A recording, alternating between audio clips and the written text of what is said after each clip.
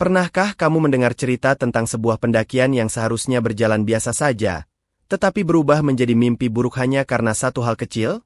Sebuah benda kecil yang tampak tidak berbahaya, namun justru menjadi pintu bagi sesuatu yang tak seharusnya ikut mendaki bersama manusia. Di balik indahnya jalur pendakian, di balik kabut yang menyelimuti hutan pegunungan, ada cerita yang tak pernah selesai diceritakan. Cerita tentang mereka yang nekat membawa sesuatu yang dianggap bisa menjaga, padahal justru membuka jalan bagi sesuatu yang jauh lebih mengerikan. Inilah kisah pendakian horor karena jimat. Malam itu, di sebuah warung kecil dekat terminal, 5 orang anak muda tengah mempersiapkan perjalanan menuju sebuah gunung yang terkenal dengan keindahannya. Raka, Bayu, Mira, Dika, dan Lala. Mereka sudah lama merencanakan pendakian ini, ingin melepaskan penat dari hiruk-pikuk kota. Namun sejak awal, suasana sudah terasa aneh. Pemilik warung, seorang nenek tua, menatap lama ke arah mereka sambil berkata lirih. Gunung itu bukan hanya soal jalur, bukan hanya soal dingin. Kadang, kalian membawa pulang sesuatu yang seharusnya tetap tinggal di sana. Mereka hanya tertawa, menganggapnya sekadar cerita mistis untuk menakuti pendaki pemula. Tapi malam itu, tanpa mereka sadari, Bayu menyimpan sebuah benda di dalam tasnya. Sebuah jimat yang ia dapat dari pamannya, dengan keyakinan bisa melindungi perjalanan. Dan disitulah kesalahan pertama dimulai. Jalur awal pendakian terasa normal. Mereka bercanda, saling melempar lelucon, dan mengabadikan momen dengan kamera ponsel. Namun semakin mereka masuk ke dalam hutan, suasana semakin berubah. Sung! Hanya suara dedaunan kering yang terinjak kaki dan sesekali suara burung hantu. Lala mulai merasa tidak enak. Ada bisikan halus di telinganya, meski tidak ada orang di belakangnya. Mira pun merasa sesekali ada bayangan yang bergerak di balik pepohonan, padahal jelas tidak ada siapapun selain mereka. Raka, sebagai ketua rombongan, menenangkan mereka. Ah, itu cuma sugesti. Fokus saja jalan. Jangan takut sama hutan, takutlah sama diri sendiri kalau mulai panik. Tapi setiap langkah yang mereka ambil terasa berat, seakan tanah yang mereka pijak mencoba menahan. Mereka tiba di sebuah pos pendakian tua yang sudah jarang digunakan. Bangunannya reyot, papan kayu berlumut, dan bau tanah lembab menusuk hidung. Di sanalah mereka memutuskan untuk bermalam sebelum melanjutkan perjalanan. Malam itu, saat mereka menyalakan api unggun, Bayu diam-diam mengeluarkan jimatnya. Sebuah kain kuning kecil berisi rajah dan potongan rambut. Ia menaruhnya di dekat api unggun sambil berbisik, "Jaga perjalanan kita." Namun justru sejak itu, suasana semakin mencekam. Api unggun sering meredup tiba-tiba, meski kayu masih banyak. Angin berembus tidak wajar, dinginnya menusuk tulang. Dan dari kegelapan hutan, seakan ada mata-mata yang mengawasi mereka. Mira bermimpi buruk malam itu. Ia melihat seseorang tanpa wajah berdiri di dekat pos, menatapnya tanpa suara. Saat ia terbangun, Bayu duduk kaku sambil menatap api yang hampir padam. Keesokan paginya, mereka melanjutkan perjalanan. Namun sejak pagi itu, banyak hal aneh terjadi. Jejak kaki tambahan terlihat di jalur tanah. Padahal hanya ada 5 orang, namun jejaknya selalu lebih dari itu, seakan ada orang keenam yang mengikuti dari belakang. Lala mulai menangis karena ia yakin ada suara langkah tepat di belakangnya. Padahal ketika ia menoleh, tidak ada siapapun. Raka mencoba menguatkan, tapi ia sendiri sudah merasa ada yang janggal. Di sebuah persimpangan jalur, mereka menemukan tumpukan sesajen, bunga melati, dupa yang sudah padam, dan sisa makanan. Bayu dengan seenaknya menendang salah satunya sambil tertawa. "Ah, cuma beginian. Kita kan bawa jimat. Aman." Namun sejak itu, kabut turun begitu tebal. Jalan yang biasanya jelas berubah menjadi samar. Kompas mereka berputar tanpa arah. Seakan gunung itu marah. Kabut semakin tebal. Jalur yang biasanya ramai oleh pendaki lain kini sepi seperti hutan mati. Pohon-pohon menjulang tinggi bagai dinding, dan suara hewan hutan pun menghilang. "Kenapa jadi begini ya?" tanya Mira dengan suara bergetar, menggenggam erat tangan Lala. Raka berusaha tegar. "Tenang, kita masih di jalur. Ikuti saja trek tanah ini." Namun anehnya, jalur itu berulang. Mereka sudah berjalan hampir 1 jam, tapi selalu kembali ke batu besar yang sama dengan lumut hijau di sisinya. "Ini nggak mungkin," bisik Dika. Kita muter-muter. Di saat itu, samar terdengar suara perempuan tertawa pelan dari arah kabut. Semua terdiam. Suara itu seperti berbisik langsung di telinga, padahal ketika menoleh, hanya ada putihnya kabut. Bayu mendadak pucat, tapi ia mencoba menutupi dengan tertawa. Ah, paling suara angin. Jangan penakut. Namun tidak ada angin. Tidak ada hembusan. Hanya suara itu, dan langkah tambahan yang semakin jelas. Menjelang sore, mereka memutuskan untuk berhenti di dekat aliran sungai kecil. Saat membuka perbekalan, Mira tiba-tiba membeku. Teman-teman, coba hitung. Raka bingung. Hitung apa? Hitung tas kita, bisik Mira. Mereka menoleh. Ada 6 tas di dekat batu. Padahal mereka hanya berlima. Tas itu hitam, kotor, dan basah seolah baru diambil dari lumpur.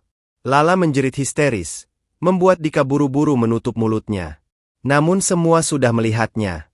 Raka mendekati tas itu dengan ragu, lalu menyentuhnya. Begitu ia buka sedikit resletingnya, bau busuk menusuk hidung. Isinya bukan pakaian, melainkan tanah bercampur bunga melati layu. Bayu, bentak Raka. Apa yang kamu bawa? Bayu panik. Ia mengeluarkan jimat kuning dari saku. Ini buat jaga-jaga aja. Paman gue bilang biar aman. Namun begitu kain itu ia buka, semua mundur ketakutan. Di dalamnya ada potongan kuku dan rambut yang sudah menghitam, serta bercak darah kering. Mira menutup mulutnya, hampir muntah. Bayu, gila kamu. Itu bukan jimat biasa. Itu tumbal. Dan sejak saat itu, suara langkah ke-6 terdengar semakin dekat. Mereka memutuskan untuk bermalam lebih cepat karena kabut semakin pekat. Tenda dipasang seadanya, namun tak seorang pun bisa tidur dengan tenang. Mira mendengar suara orang berbisik di luar tenda. Raka melihat bayangan hitam berjalan mondar-mandir. Lala bahkan merasa ada tangan yang menarik kakinya dari luar, padahal semua sedang di dalam. Yang paling parah adalah Bayu. Ia terbangun tengah malam dengan tubuh kaku. Matanya terbuka, tapi tidak bisa bergerak. Dari sudut tenda, sesosok bayangan tinggi tanpa wajah duduk menatapnya. Nafasnya berat, dingin, membuat Bayu hampir mati ketakutan. Pagi harinya, Bayu terlihat pucat seperti orang sakit. Ia tidak bicara sepatah kata pun. Hanya menunduk, menatap tanah. Hari ketiga, jalur pendakian benar-benar hilang. Mereka hanya berjalan mengikuti firasat. Tapi semakin jauh mereka melangkah, semakin aneh suasananya. Pohon-pohon terlihat miring, akar menjalar seperti ular, dan suara-suara aneh terdengar dari kejauhan. Ini bukan jalur normal lagi, kata Dika dengan wajah panik. Tiba-tiba dari belakang, suara perempuan memanggil lirih. Bayu, ikut aku. Semua terdiam. Itu suara lembut, namun jelas bukan suara siapapun dari mereka. Bayu menoleh, wajahnya kosong, lalu mulai berjalan ke arah kabut sendirian. Raka buru-buru menarik tangannya. Bayu, kamu mau kemana? Namun Bayu hanya berkata pelan. Dia manggil aku. Dia yang jagain kita.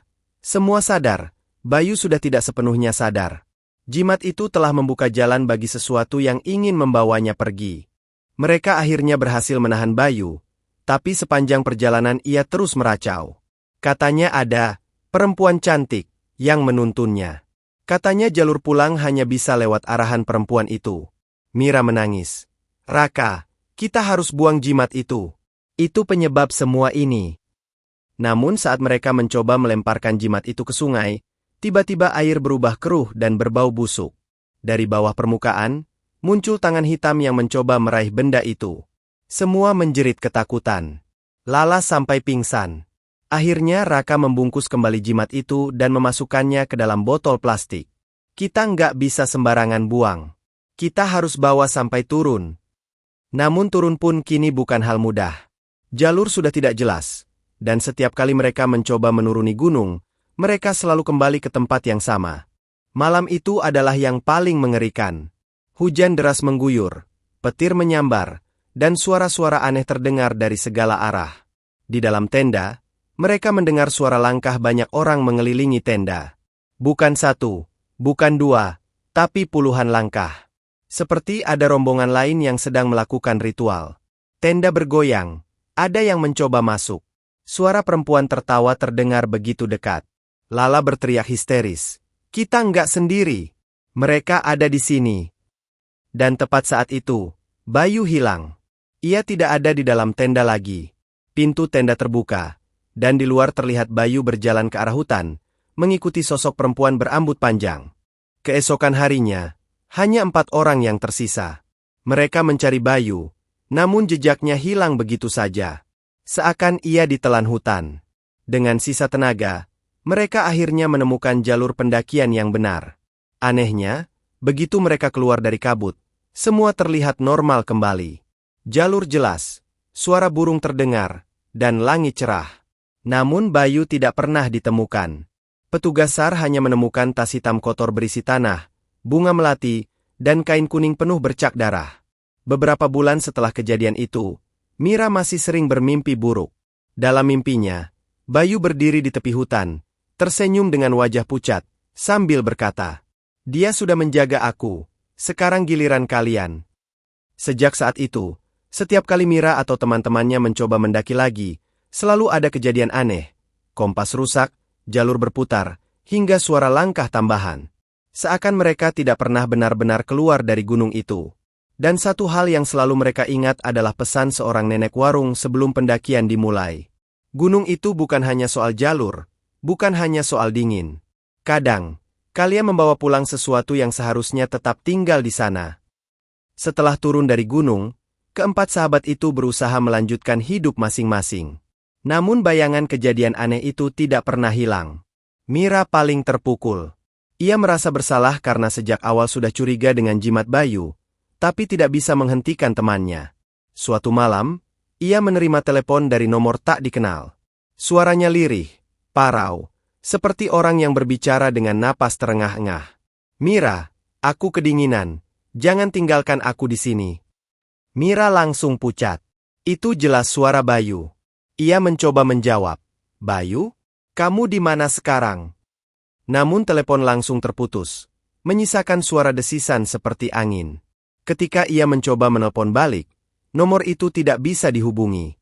Raka mencoba mencari informasi tentang kasus pendaki hilang. Ia menemukan laporan lama tentang beberapa pendaki yang juga menghilang di gunung itu. Anehnya, di antara daftar nama korban, ada satu nama yang sama, Bayu Nugraha. Namun itu mustahil. Bayu adalah temannya, hidup, nyata, bukan sekadar nama di berita lama. Semakin ia membaca, semakin aneh. Nama itu muncul dalam laporan hilang tahun 1997, 2005, dan 2013. Semua dengan kronologi serupa. Pendaki membawa jimat, lalu tersesat, dan salah satu anggotanya hilang. Jangan-jangan Bayu, bukan orang biasa sejak awal, gumam Raka, tangannya bergetar. Beberapa minggu kemudian, Dika mulai diganggu di rumahnya sendiri. Ia sering mendengar suara langkah di lorong rumah saat tengah malam. Kadang, televisi menyala sendiri, menampilkan layar hitam dengan bayangan samar seseorang berdiri di baliknya. Suatu malam, ia mendengar ketukan di pintu kamarnya. Dengan takut-takut, ia bertanya, "Siapa?" Suara dari luar menjawab pelan, "Aku, Bayu." Jantung Dika hampir berhenti. Ia tidak berani membuka pintu. Ketukan itu semakin keras, semakin cepat, hingga akhirnya berhenti. Paginya, ia menemukan tanah basah berceceran di depan pintu, bercampur dengan bunga melati layu. Lala, yang paling penakut, mengalami depresi berat setelah kejadian itu. Ia merasa semua ini terjadi karena mereka membiarkan Bayu membawa jimat. Dalam tidurnya, ia sering bermimpi melihat Bayu duduk di dalam hutan, tersenyum sambil memainkan kalung dari rambut yang terikat. Kadang Bayu berkata, "Kalau kalian gak ikut aku, kalian akan tetap aku jaga, sampai waktunya tiba." Suatu pagi, Lala terbangun dengan tangan penuh goresan. Di lengannya, ada bekas tulisan samar, "Turun lagi." Entah kenapa, meski mereka semua trauma, ada dorongan aneh yang membuat mereka ingin kembali ke gunung itu.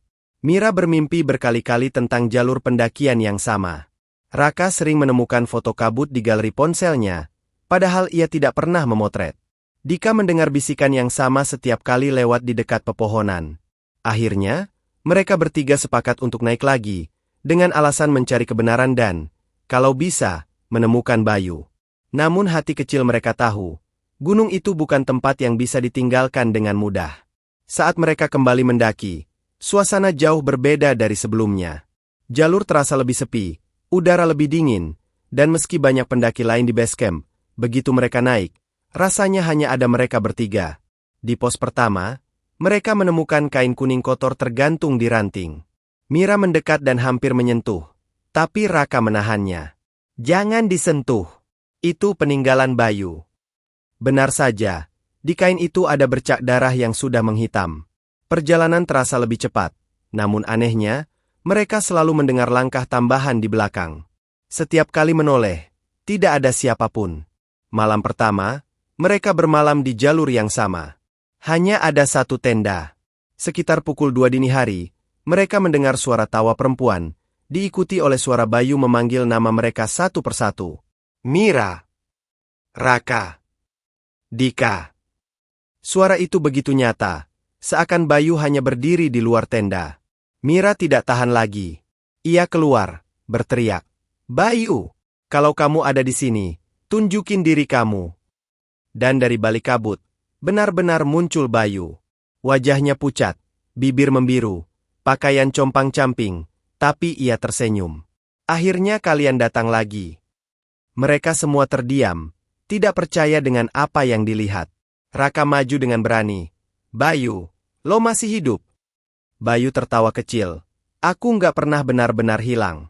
Aku cuma ikut sama dia, sama yang ada di sini. Saat ia menunjuk hutan, kabut bergerak seperti hidup. Dari dalamnya, muncul bayangan tinggi berambut panjang. Wajahnya tak terlihat jelas, tapi auranya membuat bulu kuduk berdiri. Ini penjaga yang sebenarnya, kata Bayu lirih. Kalau kalian mau selamat, kalian harus ikut juga. Mira, Raka, dan Dika akhirnya sadar. Bayu bukan lagi teman mereka. Ia sudah menjadi bagian dari gunung itu, bagian dari sesuatu yang lebih tua dan lebih mengerikan daripada sekadar hutan sunyi. Dengan penuh keberanian, mereka memutuskan turun tanpa menoleh lagi. Kabut mengejar, bisikan mengikuti, tapi mereka tetap berjalan. Sampai di bawah, mereka menangis lega. Namun di hati kecil masing-masing, mereka tahu, gunung itu tidak pernah benar-benar melepaskan mereka. Bayu masih ada, menunggu, dan suatu saat, ia pasti akan memanggil kembali.